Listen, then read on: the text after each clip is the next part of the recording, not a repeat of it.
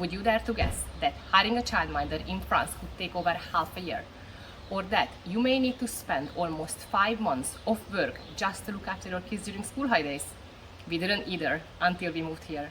In just under 10 minutes, I will share some wild truths you must know if you are moving to France with kids.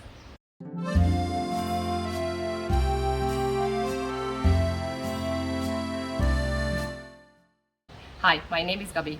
Just over 6 months ago, my husband and I picked up our 2 little kiddies and our doggy and relocated from London to the south of France. We knew that the move will not be easy, but we were still not prepared of what came to our way. So, grab a croissant, or rather a large glass of wine, and brace yourself for the French way. In France, kids enroll into school early, like age 3 early, because primary education here is compulsory. They start at école maternelle, which is basically a nursery or a preschool for ages 3 to 6. That's all about play, language, and making friends. Then it's on to école elementary for ages 6 to 11. That's when the core learning actually begins. Primary education in France has a great reputation and is also free, so that is a good start. But there are surprising facts you should know about. My daughter Felicia started maternelle last September, and we found out that she gets a midweek break. Children under 11 years old only go to school 4 days a week. Yep, there is no school on Wednesdays.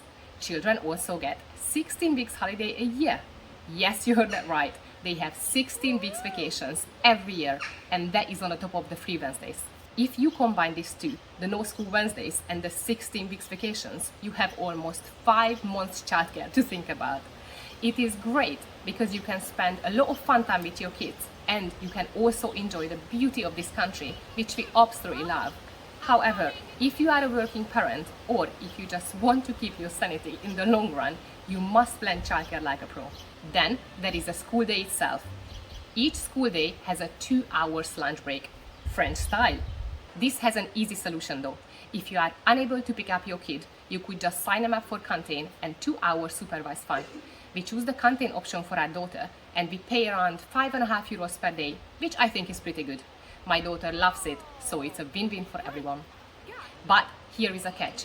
Not every part of France does this 4-day-a-week setup. Some areas stick to a full 5-day-week schedule. Confusing, I know. So, before you pack your bags, check the school schedule in your dream French town to ensure you pick the place with the right setup for you and your family. Next up, childcare options. And you guessed it right, it's not straightforward.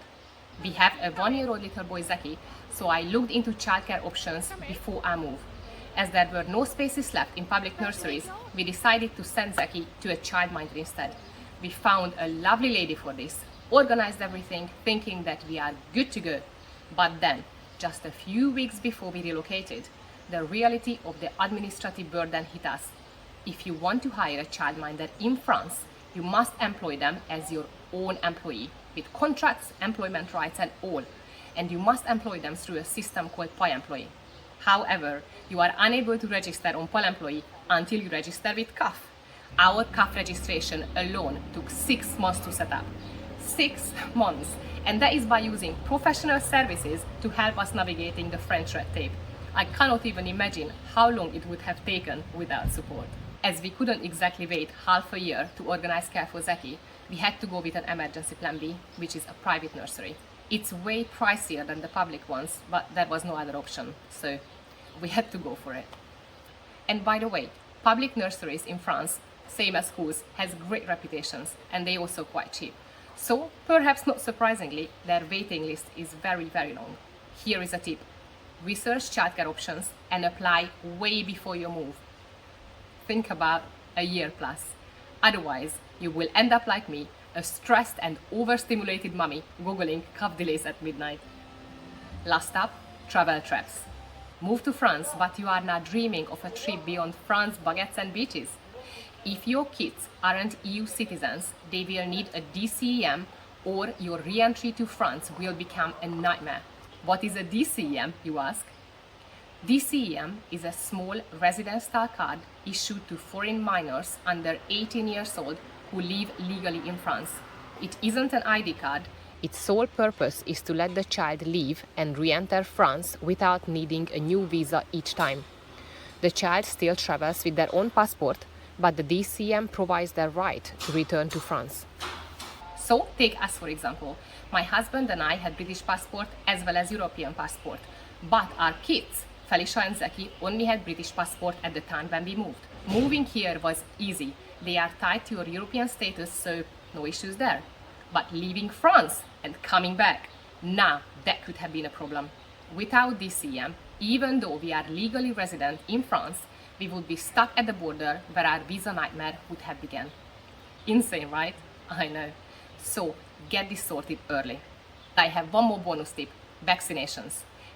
There is a simple rule here: no vaccinations, no schools, unless there is a medical exception for it, of course.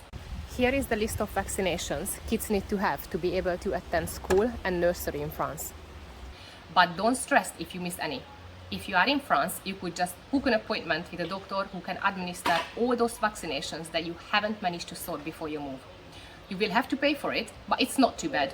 We pay around 35 euros for each consultation. However, once you got your carte vitale, which is the French health insurance card, you don't need to pay that much, but it will take a while. We have applied for ours over 5 months ago, but again, French bureaucracy is something else.